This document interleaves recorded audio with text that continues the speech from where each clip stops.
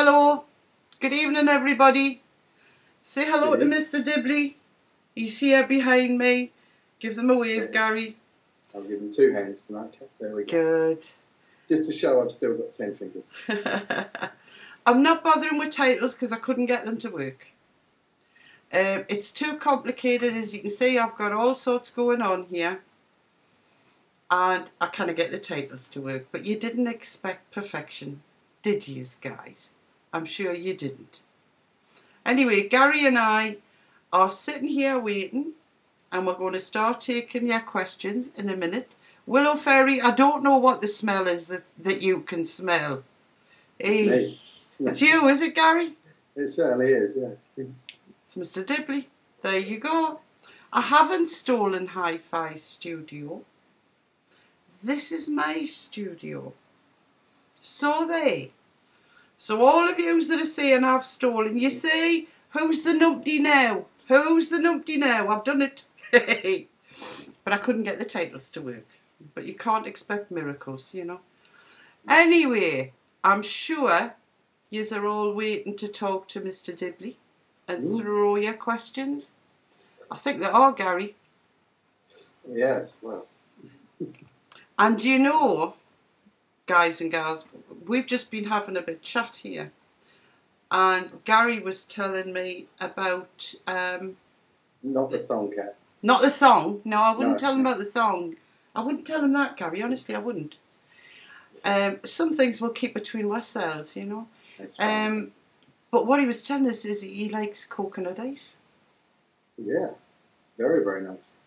A little soiree into mixing. You see, coconut ice. We have to unban the word menthol. Yeah. But there you go. So you like my studio, Del Boy. Thank you very much. I think it's quite posh and all. But I can't see it. You can't see it, can you, Gary? What is she? I haven't got a clue what's going on. It's absolutely gorgeous, you know. Ooh. Absolutely gorgeous. Excellent. So there you go. Replay. Well, there'll be no music, that's for sure. Anyway, we are going to start the ball rolling, and Sav has been working her little fingers to the bone there, putting all these questions in for you and for me, no doubt.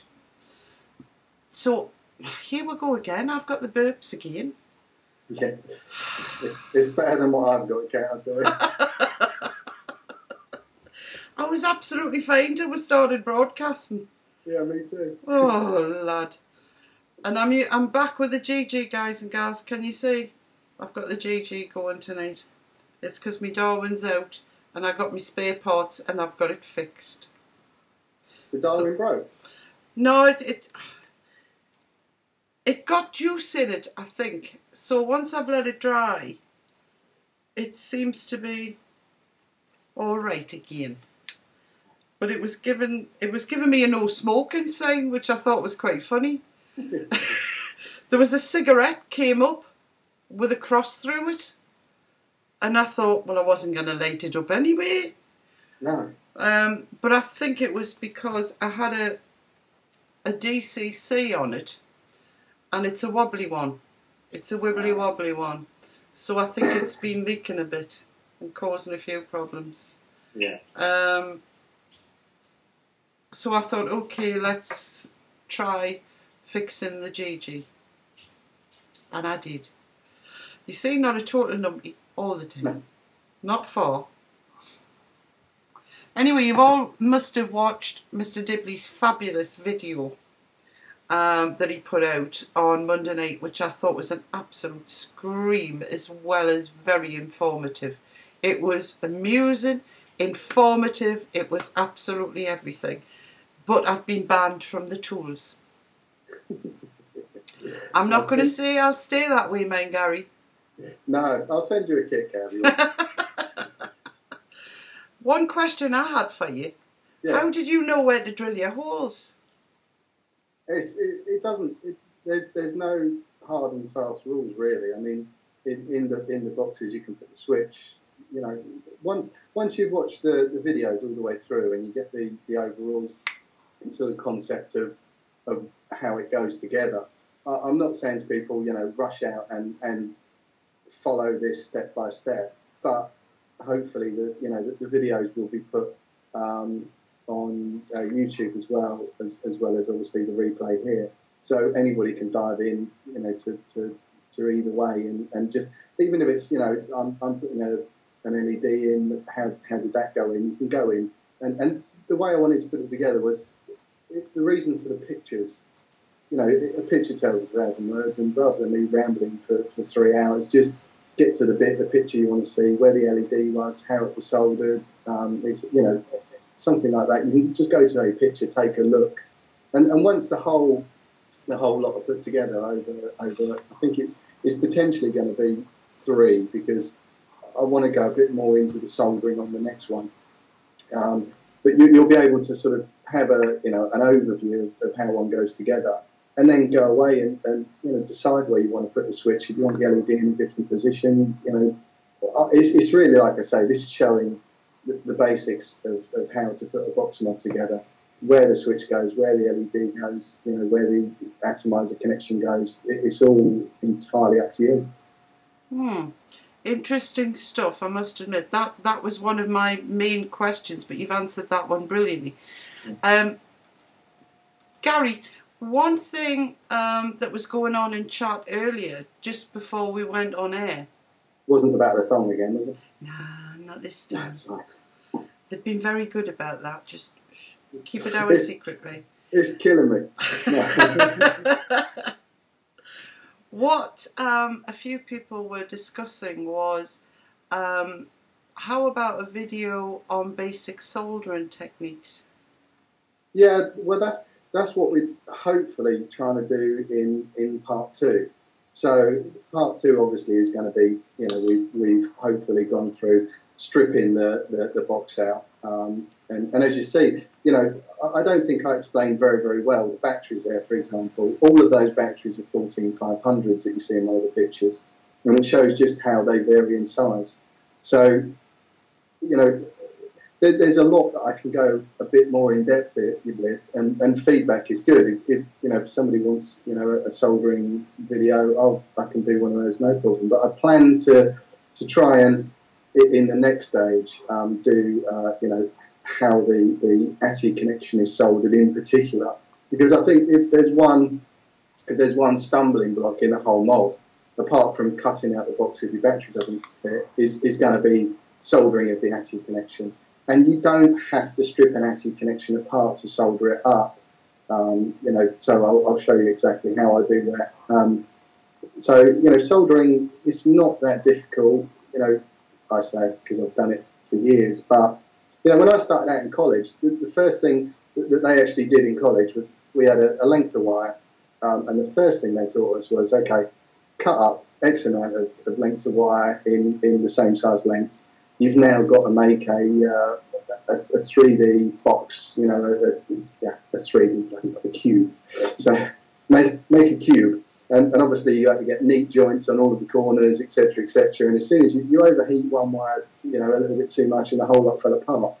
So that was a very good way of teaching you how to solder. Don't rush straight in at the box mod with a red hot iron, and you know, have a little practice. You know, a couple of strips of wire, and just practice tinning them up, and you know, joining two together before you actually get to work on the actual bit you're working on. I always do that myself. If I'm working in a tight space and I don't know how it's going to work out, take it away, have a practice, and then go to the mod and do it. You know, don't just rush straight in like a ball in a china shop. Have a little go first.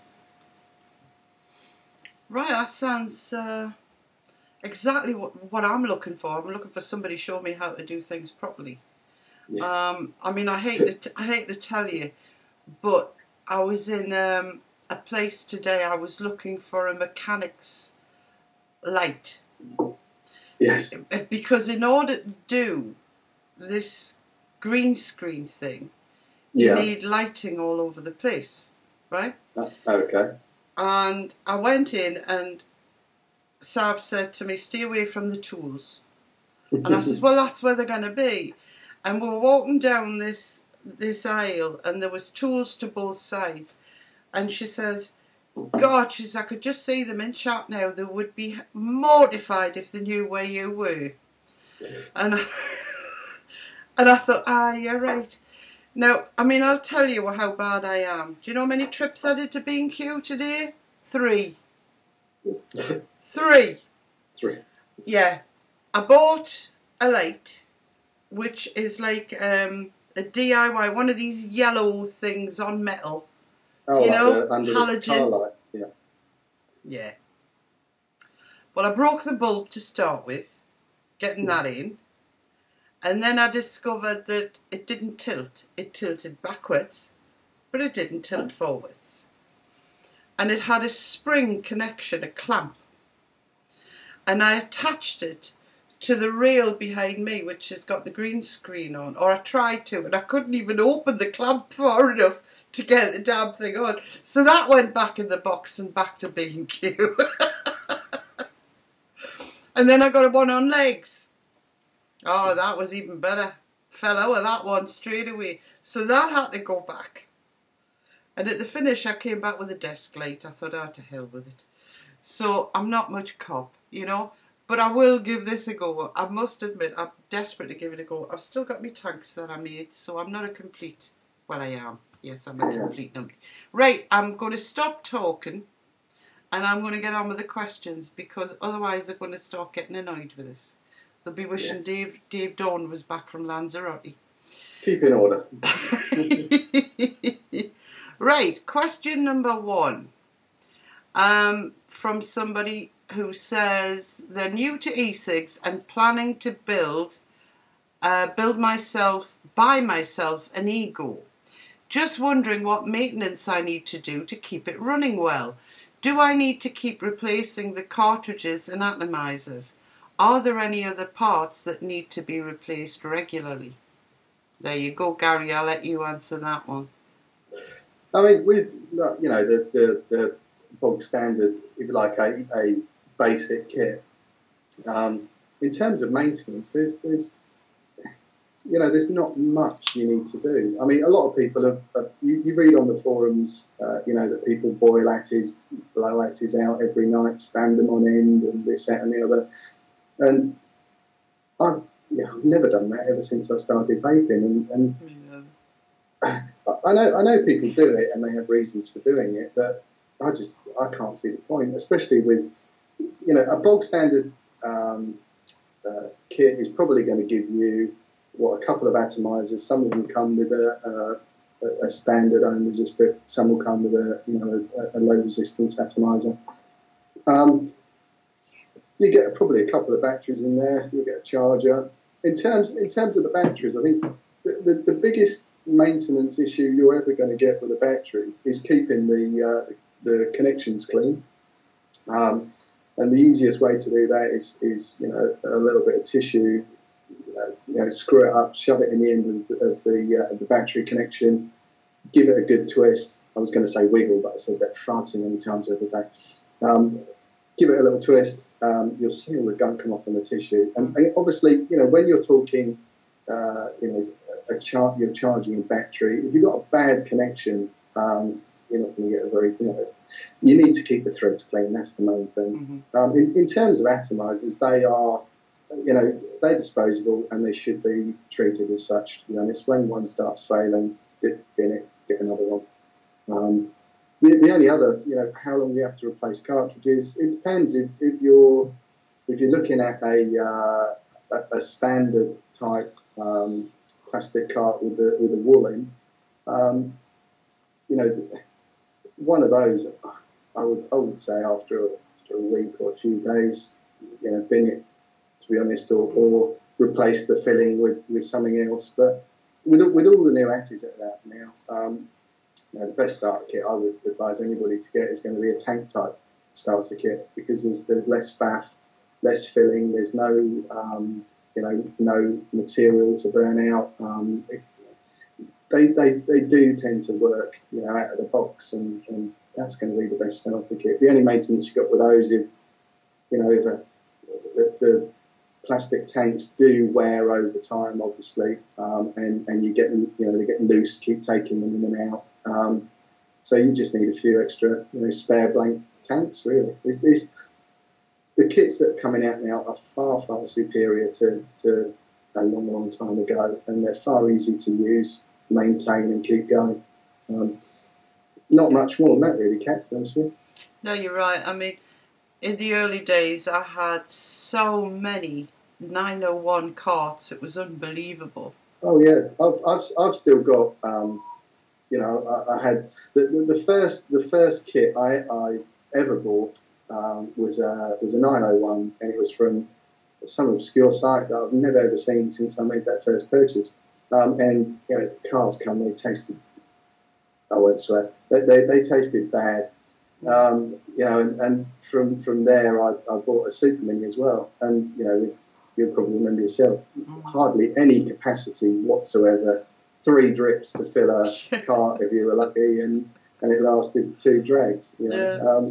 But the kits that are coming out now are far, far superior, far less faff, and you shouldn't, apart from the odd clean up of the threads, to be honest, everything on there is disposable, really. Batteries, I've still got Reva batteries that have been going for 12 months, and they still meter out at the same voltage, they still pretty much run for the same time. It's a 12-month-old battery. So the only other thing you're going to replace is what screws on the top of it.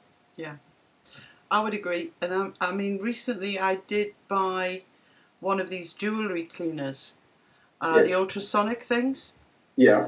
And for tank caddies, that was absolutely brilliant, I must admit, because some of them came, some of the first ones came with a very, it sounds ridiculous, but it was a bit of a powdery taste to them.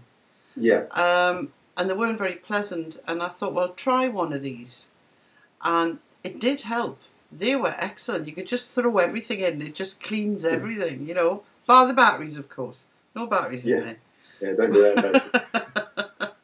But they were very good. But that's as far as I've ever gone. I don't go boiling things and what have you. Andy Sutton did one night. He videoed himself boiling some atomizers in a pan, and picked it up and nearly dropped the darn thing because he had it, the handle was red hot. That was hysterical. So I don't advise anybody to do that. No, I can't.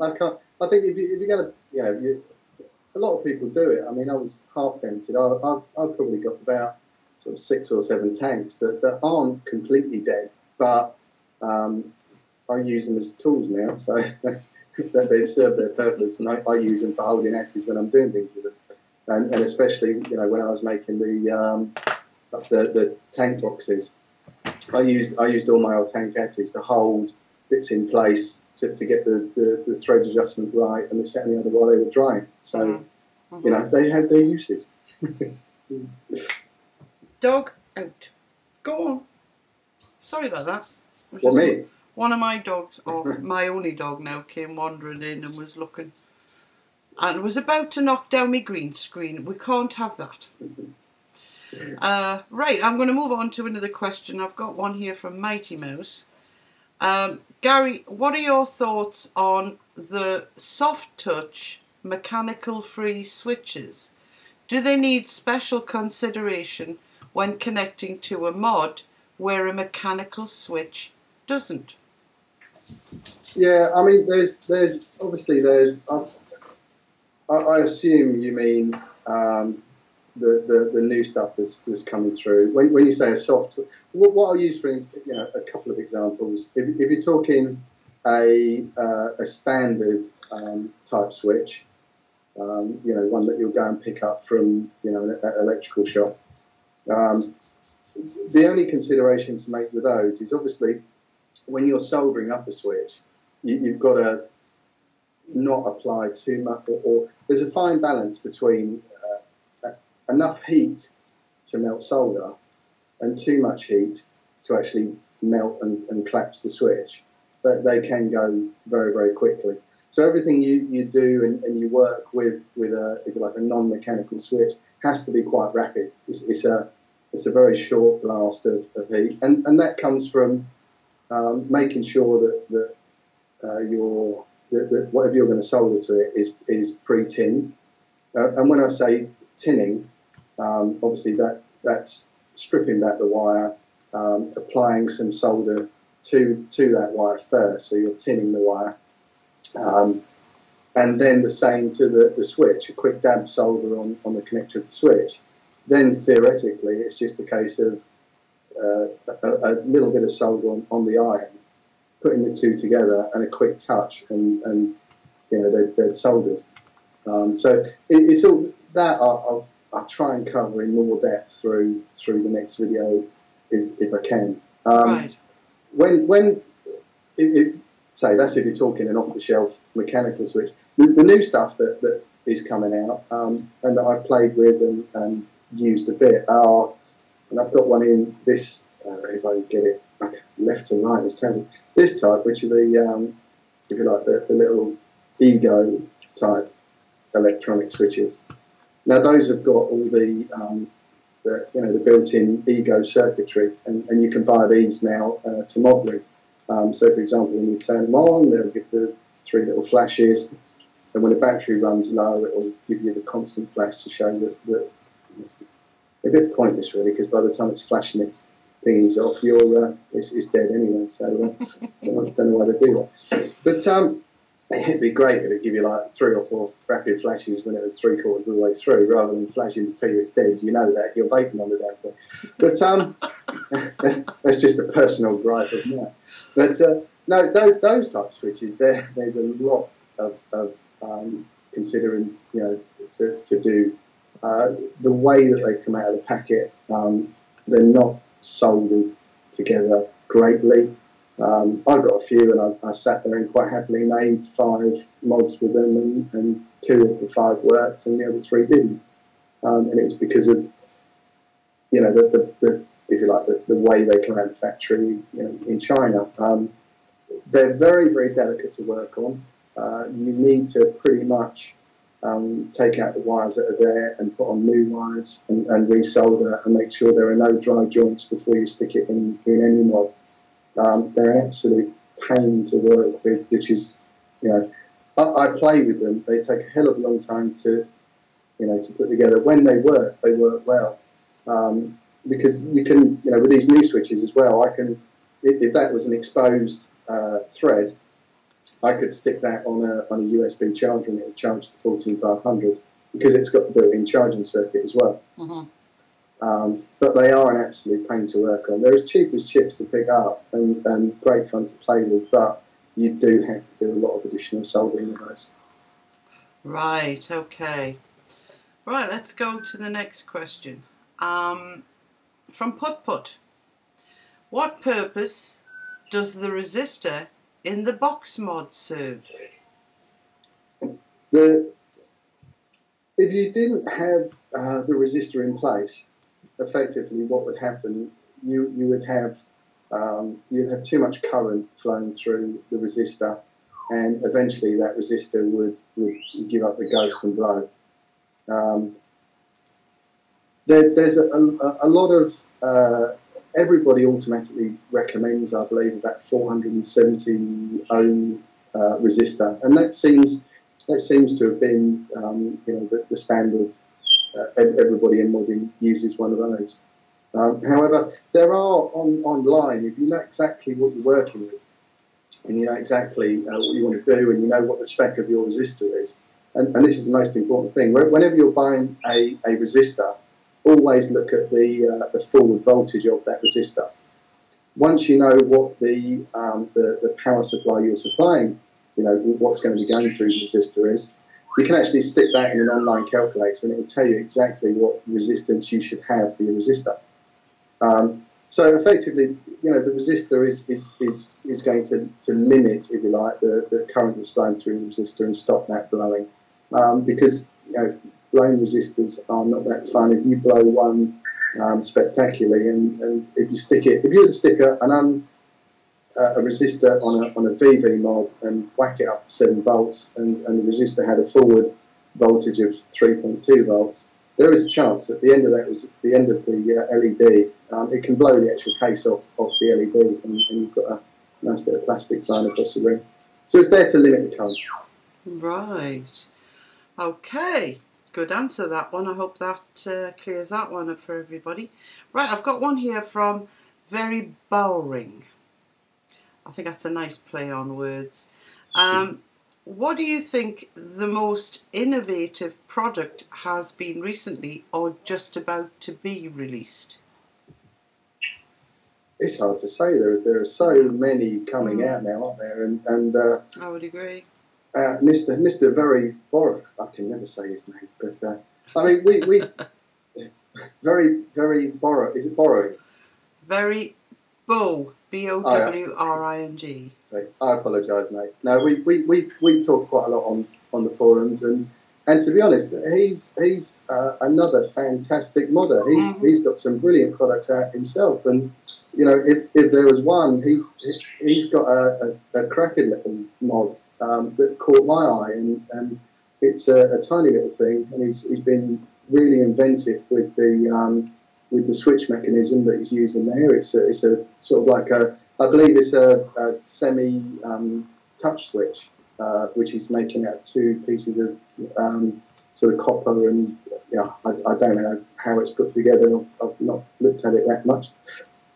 Sorry, that sounds awful, doesn't it? I have looked at it quite a lot, but not into detail in how to make it. But to me, that's probably one of them, which is that switch, because that could prove very useful to a lot of people. In terms of up and coming kit, I don't know where we're going to go now, because I think we're going to see from China. We're probably going to see very, very shortly some seriously cheap VV mods coming out with displays, bells and whistles, and God knows what, So I think within potentially the next 6 months we'll probably see stuff like that coming out of China.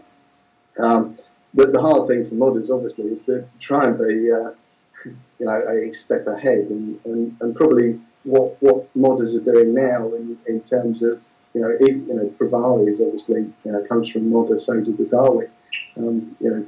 They've taken it a step further and gone to production, and full-blown, full-scale production, and getting out good quality products. But I think China isn't going to be far behind those, to be honest. And you're seeing it now with all the so-called VV batteries that are coming out that go from 3.7 to 4 to 4.6 or something.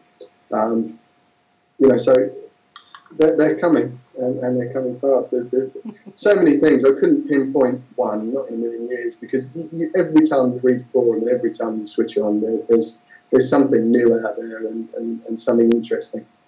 But as I say, Mr. Very is one to keep your eye on as well. He's doing some good stuff.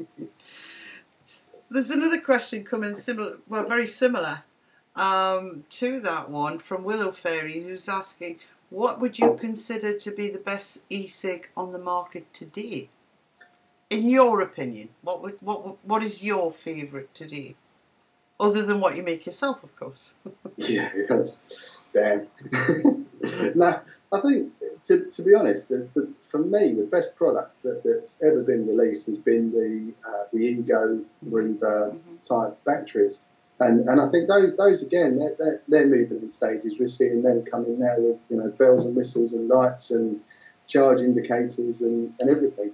And that movement, I think, it took a long time coming, I think, for the Chinese to realise that people want these, they want longer lasting batteries. They don't want necessarily a PCC that you still have to carry 5 batteries in your back pocket and all this and the other. When that come out, to me, that is the best, and probably will be the best product for a long time, until they come out with something that can beat a battery that for me, I've had that particular battery for over a year, and it's lasted a lot longer than some of my 14500s, to be honest with you. That has got to be the best product to be released to the Ecig market today, other than I say that, I mean for the masses. If you're talking more niche products, the best stuff to hit recently is, they've got to be the Darwin and the Proprietary, just purely because of the functionality you get out of those things. I mean, they're not to everybody's taste. They never will be, and obviously there's been the debate, the Darwin versus the Provari, and you get people that we used to get a lot between me and Dave, the guy that makes the from Dave's Devices.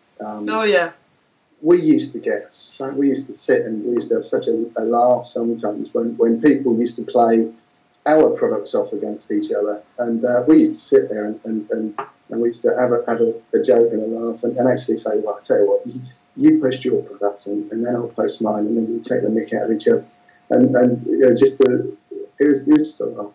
But that people will never agree. You get it on car forums, you get it on whatever forum you look on. There's somebody saying not mine's bigger than yours, but mine's better. Mine's got more functionality than yours. It's crazy, but it's fun. No, I think you were right the first time when you said about the mine's bigger than yours. How many times I've seen that? And yesterday we were talking about this as well, because Sam and I both have a Darwin, and our reasons for choosing the Darwin over the Provari. Because, I mean, I didn't like the look of the Provari. To me, it looked like a vibrator. I've still got that image that you set that in my head last night about the lady. I know. Sorry, Cat, carry on. That was funny, but it was true as well. But yeah, it's aesthetics, aesthetics are quite important to a lot of people. But there was also the fact that it was numpty-proof. I didn't need to learn about ohms and amps and all this. It's there for you. You just turn a wheel, So it's down to what you prefer. It is. I think, obviously, whatever product you're looking at, and this is as a consumer myself, you pick up products and you think, that's good, but it could, if it did this, it would be a bit better. And they both got their pros and cons. They effectively they both do the same thing. I think the Provari needs a little bit more, working out from the user to get the same end result. And it's like people have said, the Darwin has its errors as well, because sometimes the dial is easier to turn and change the setting and this and the other. But it's horses for courses. You pick one you like it, you stick with it. That's right. You're absolutely right. That's what I keep saying. And, when you were talking about the ego, I have to agree with you 100%. That was the biggest revolution we've seen in Ecigs. When that came along, wow, it knocked everybody for six. It was, finally you had something that you could take out for a day, and you could, you knew that you could pretty much use that. And I know some users say, well, I can't use that for a day. But if you can't, you had two. You had one in your pocket. You didn't have 10 spare batteries, which was probably the equivalent. Yeah, exactly. I mean, my husband, he got some Ego batteries, just the USB type, the smaller ones. Yeah. And that would be last October. He uses them, that's all he uses. He doesn't have a big mod or anything like that. And there's still no sign of them dying. No. No, I think the only time, and I'll say it as this is just popped into the old head, and going back to the maintenance thing on some Ego and Reaper batteries, I've noticed a lot on the forums that people go, it's died, I'm getting 20 flashes every time I press the button. It's as simple as the Ecig connection's crushed. And I get it on one of my Reaper batteries. Every time I charge that battery and screw an ATI on it, it flashes about 20 times.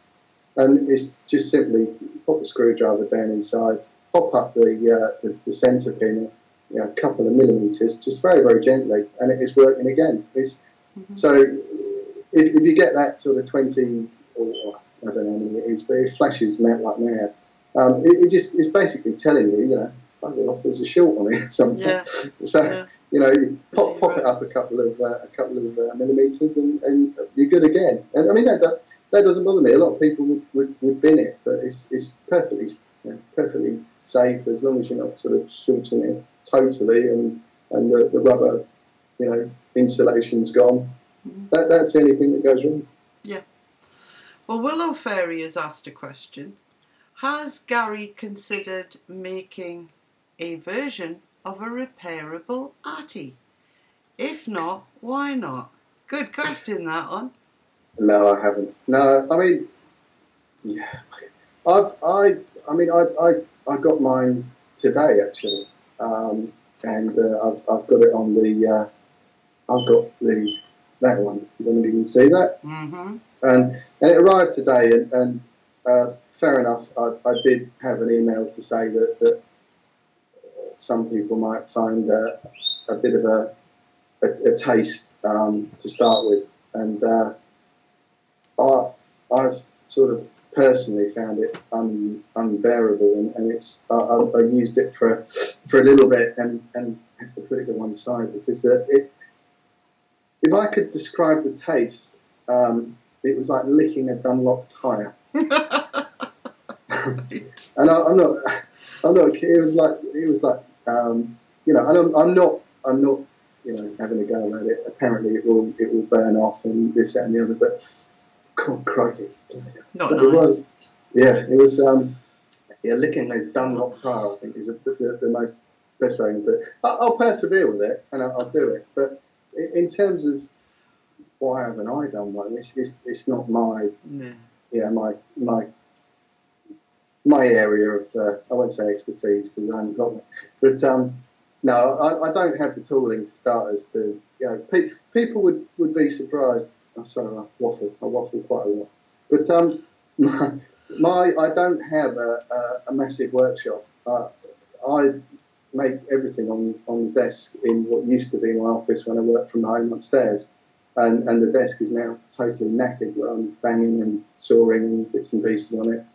The only probably the most expensive bit of tooling I've got is a Dremel, 2 hand drills, and everything else is hand tools.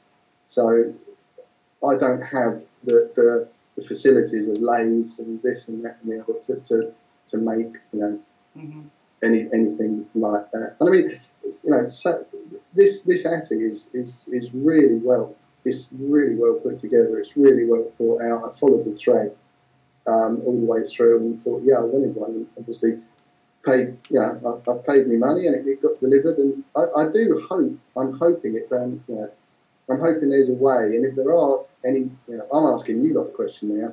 If anybody else knows how to get rid of the damn taste, please tell me. Because I don't like licking Dunlops. You want one of those jewellery cleaners. That's what you want. Ultrasonic. Yes. Yeah. But it vapes very well, and I'll suffer for you guys. Steve Max just said, it's something they put on the wick. I burn mine in a gas flame before I assemble it. There you go. It has got a bit better.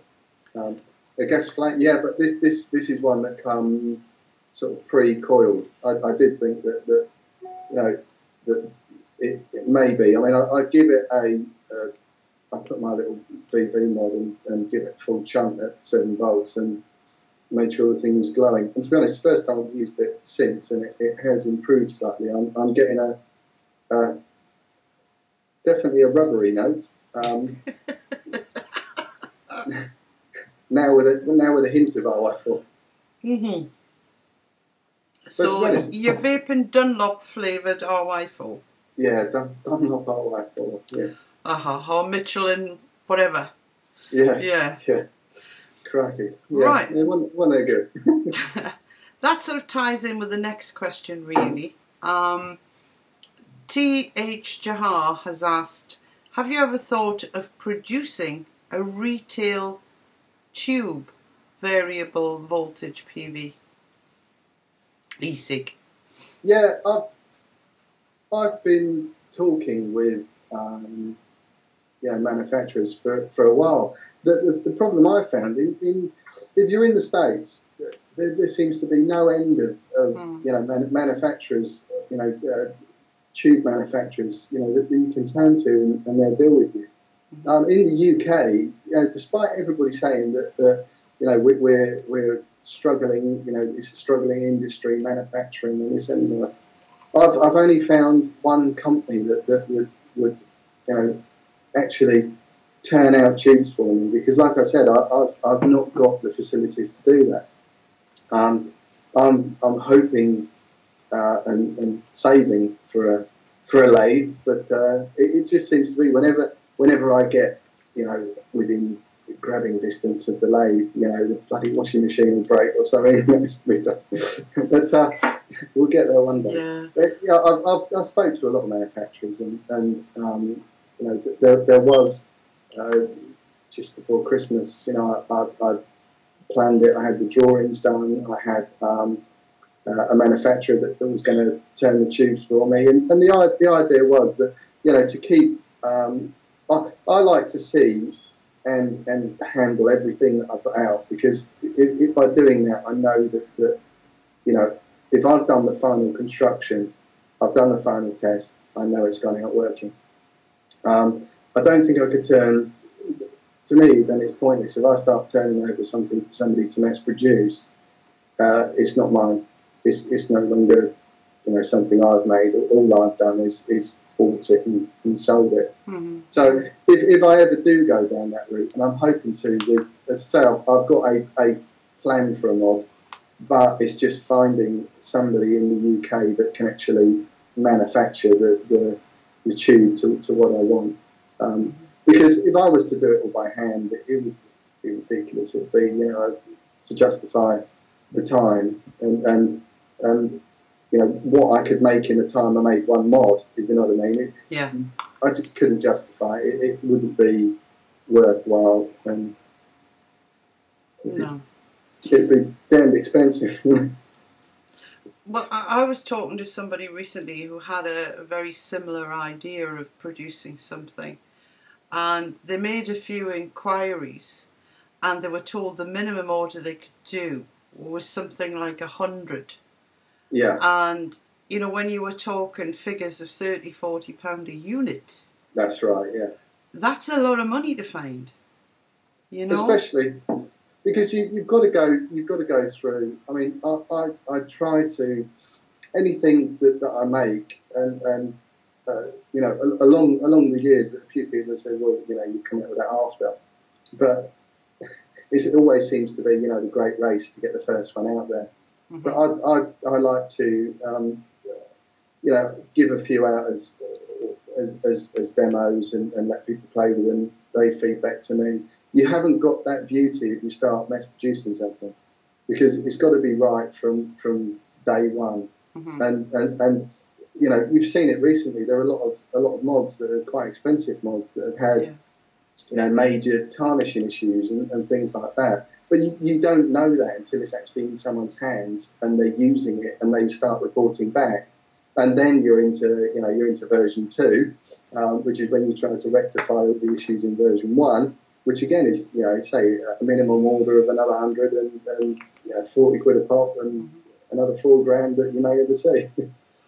Well, I may have a bit of good news for you, Gary, that's just come via chat. Yes. From a River East, who says, I run an engineering and welding business, Gary. Perhaps I could help you with tubes. Oh, well, there we go. There you go. Sorted. There we go. That would be fantastic. I mean, and by all means, send me a PM, please. That would be brilliant. There you go, River East. Get in touch with Gary. Send him a PM. That's wonderful.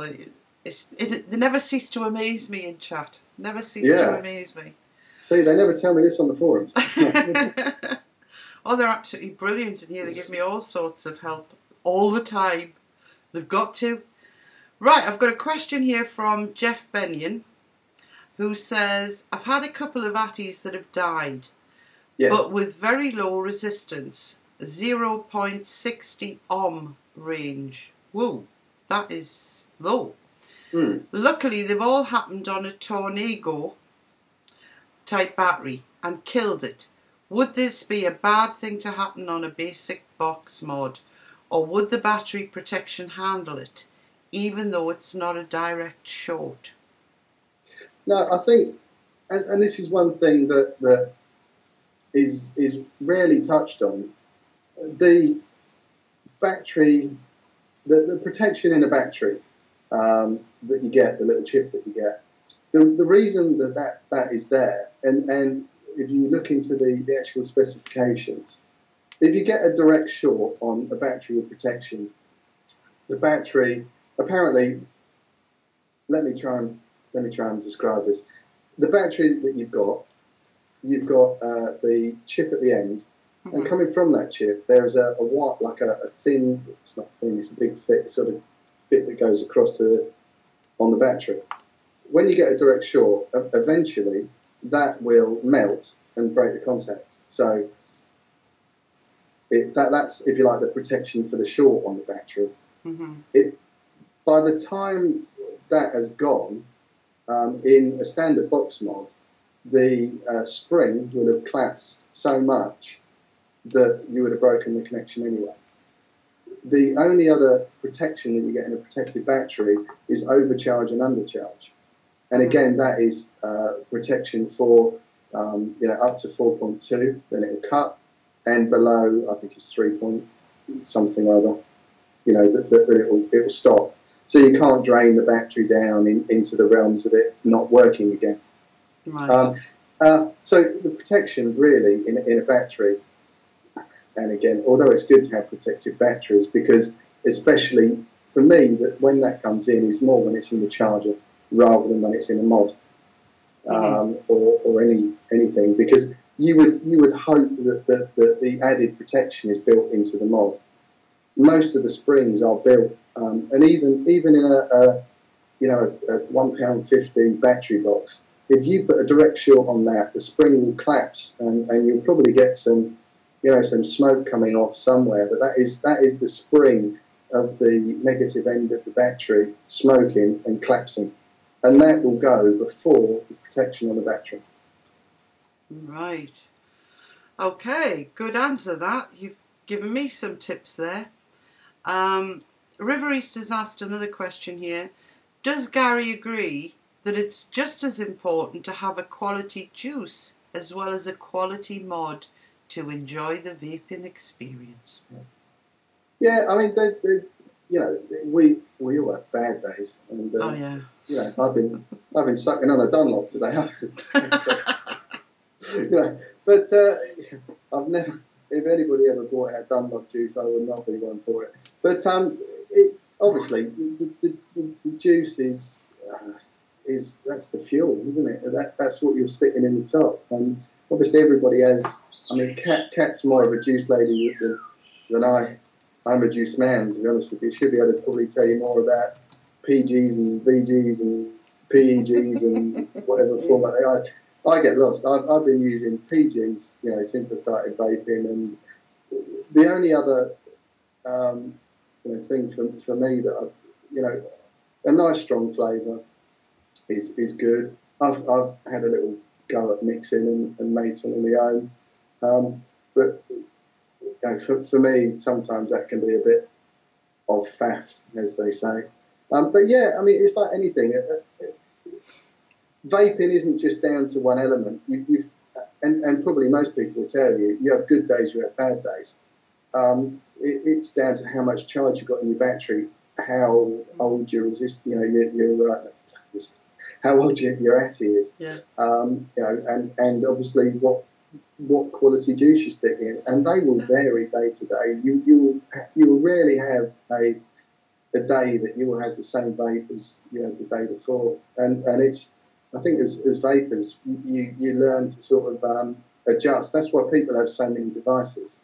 If it's not working on that one, you'll pick up that one and stick it on. If it's not working on that, you'll pick up, that one, or try a different ATI or whatever. You'll never ever get the perfect vape day in, day out, every day. No. And unless I'm sure Wayne would agree, because he's just got a new toy of I think it's a Bully.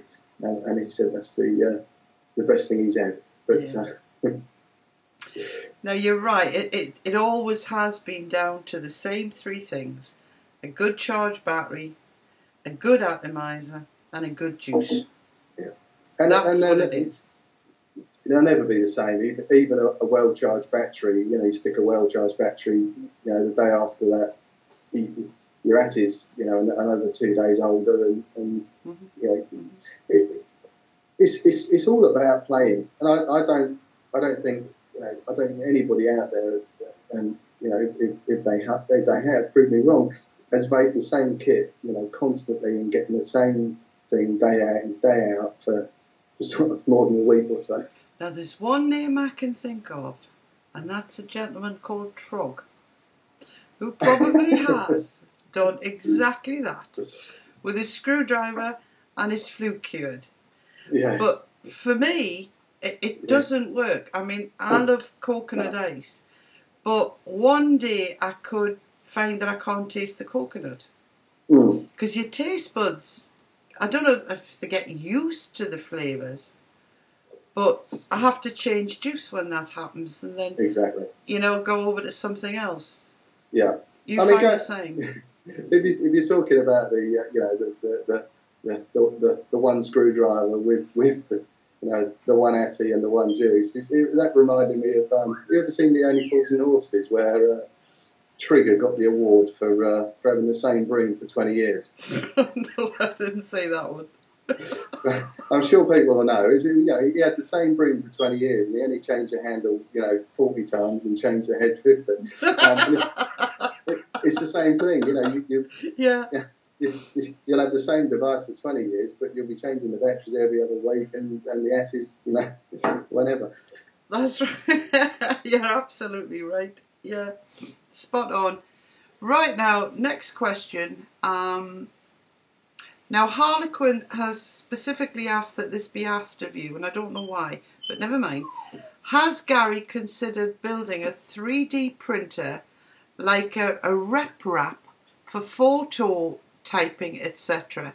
If not, it would be worth looking into. Any idea what that means, Garry? I haven't got a bleeding clue. Do you mean... I don't know. 3D printer, he says. Sounds rude, whatever it is. No, it's are you talking about, not you, but do you mean something to make like vinyl things to put on boxes and stuff? I think it must be, because I've seen some people do that. They've got, like at Vapefest last year, Jaded was there. Jaded, yeah. And he was producing things to put on box mods. Beautiful coloured prints, etc., which was very nice.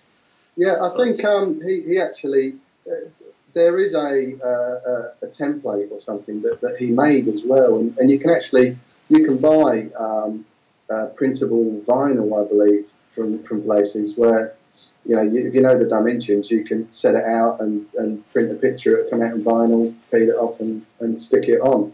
Yeah. I mean, the problem with that, and if this is the question, you will probably not find two of my box mods that the switch is in the same place, the LED is in the same place, because I do it all by eye. It's there's no science in it. I'll sit there with the boxes in one hand and a drill in the other, and it'll be just zip, dump, zip, dump, So they're never in the same place. As long as they're roughly in the same place, it doesn't matter. So actually doing a custom vinyl that would fit would be an absolute nightmare.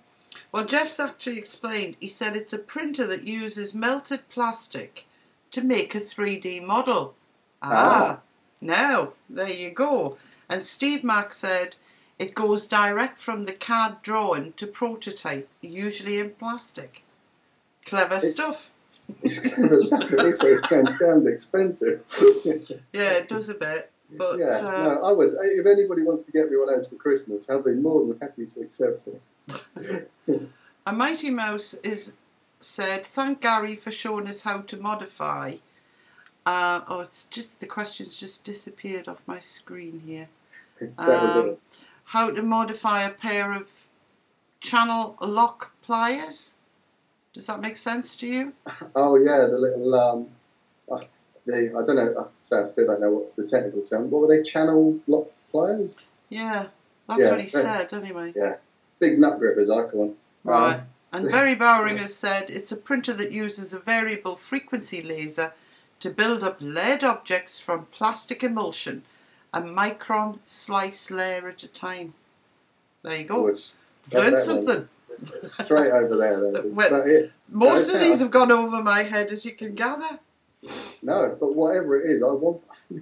Yeah, it sounds like fun, doesn't it? Sounds like something we should have. Can you get one at Methodist? Right, let's have a look. What else have we got in here? Now, a question here from Seabiscuit, a bit of a tongue-in-cheek one. In the future, on the day of Gary's daughter's wedding, can we make any request we like of the Modfather? Gin and tonic would be mine. Don't know what he means by that one, but there you go. Special request. By that time we'll probably be naked. I think I'm driving out in the morning. I mean, it's a good opportunity. I mean, obviously, you know, the Vapefest is coming up so quickly now, and I know a lot of people are, you know, sort of planning on coming. But I think there's going to be a lot of good things there, a lot of good stuff happening, and it should be a good day for all. So I know you put a lot of work into last year, Kat, and a hell of a lot. By probably, I would imagine about 3 o'clock, we'll be naked. It was the hardest day I've put in years. Yeah. So much so, I mean, I was ashamed of myself. Everybody else was starting partying at 8:30, and I crawled off to my bed to watch the XFactor. You know? I was absolutely worn out. I mean, I think, you know, the guys, although, you know, there's, I think the guys on the committee this year is Wayne, Scott, myself, and Fiona. But, you know, Wayne's doing an absolute cracking job with what he's put together so far, and the vendors are involved, and the support has been good. So hopefully, you know, going forwards, it's you know, it's going to hopefully can only get bigger, and hopefully we can see, you know, something like the guys in the States have in the near future. Well, yeah, and it's heading that way, and I'm really, really delighted it is. Yeah. Seeing all the new people that have got enthused. The only thing I still find quite sad is, you know, you go over to ECF, which is a very big forum, even for UK people. And you mentioned Vapefest on there, and you'd be lucky if you get one response. Yeah. And exactly. I find that a bit sad. Now, at Vapefest 2010, we did actually have one couple came along from ECF, which we were all so excited. You know, somebody from ECF, everybody, there's somebody here from ECF. So if you get 2 this year, it'll be a massive success. Yeah. Won't it? Yeah. It'll be good. I mean, it's and I'm not trying to, it's not. We'll go back to the questions hopefully, but no, it's nice because you get people from, you know, from multi forums and this, that, and the other, all together in one room for a day, and I'm hoping to take along something special if it works out, which it's not working out so far, but I need to put a bit more effort in. It's been flung across the room a few times, but if it works out, it should be a good addition to the day.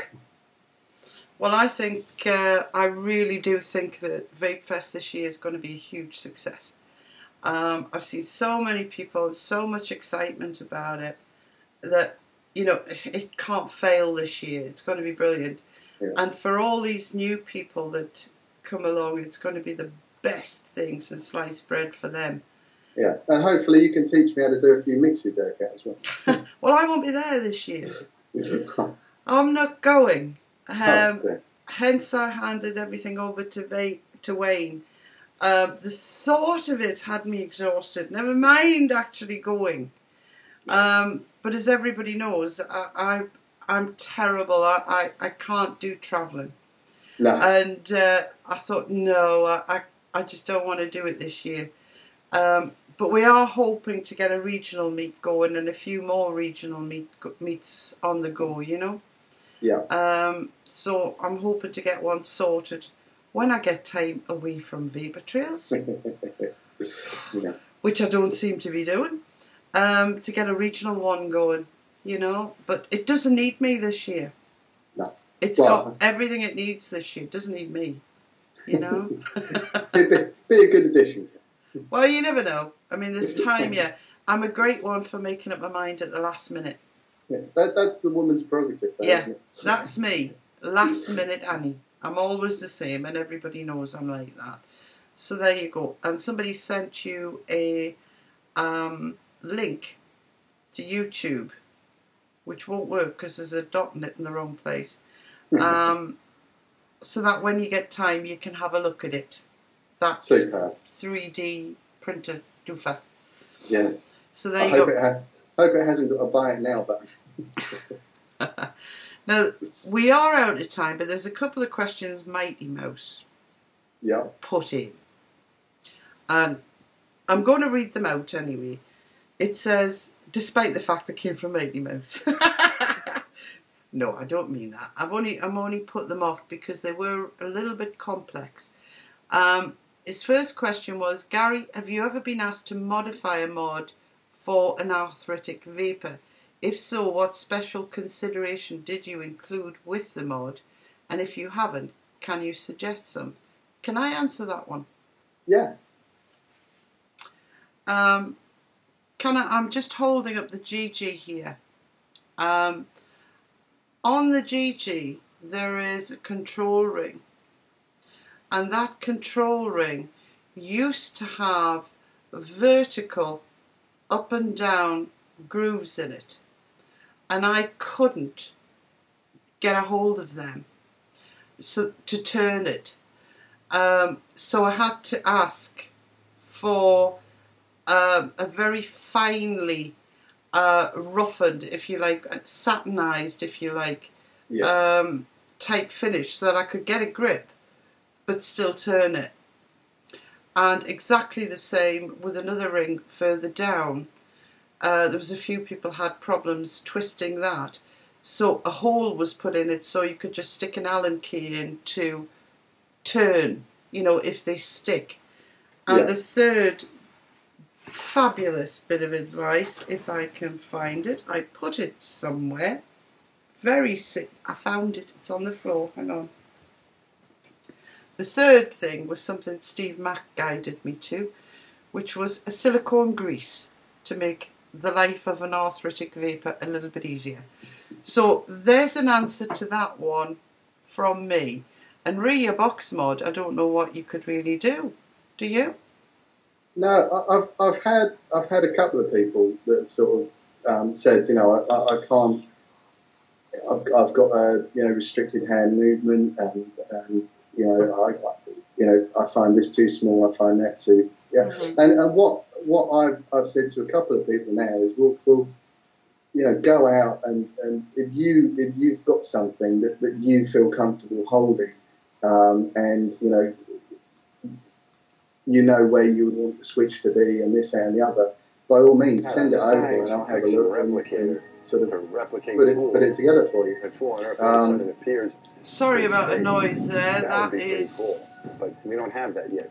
Or do blinking link that's been posted that is physicist David I've clicked on by accident and of course got.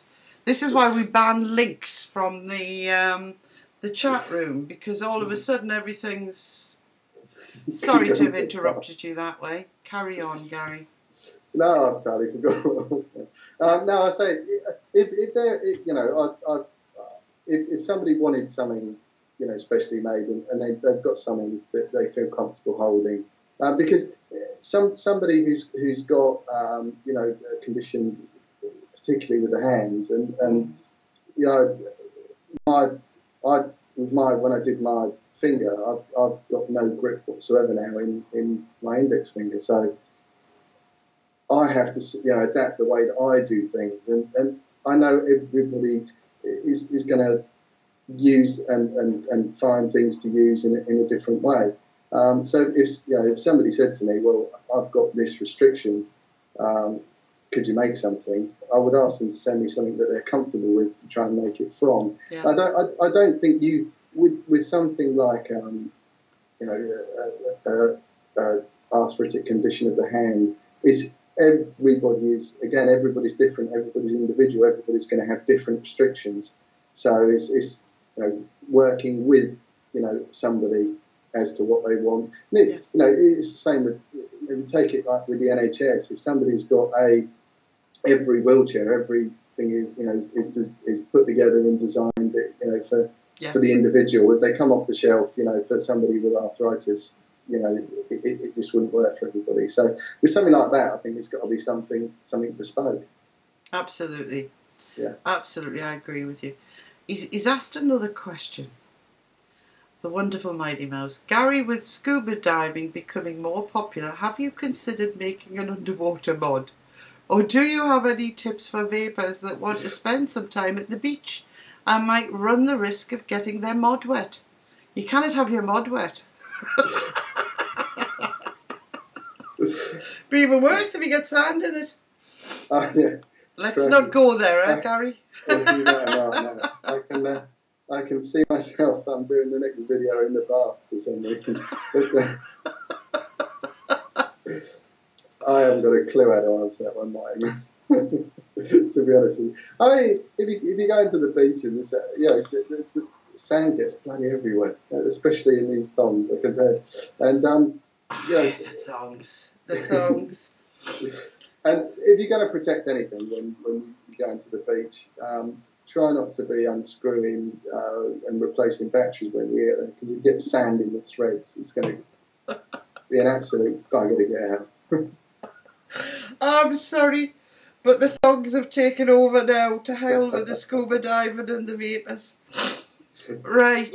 On that note, we ran 6 minutes over. Garry, you have been wonderful.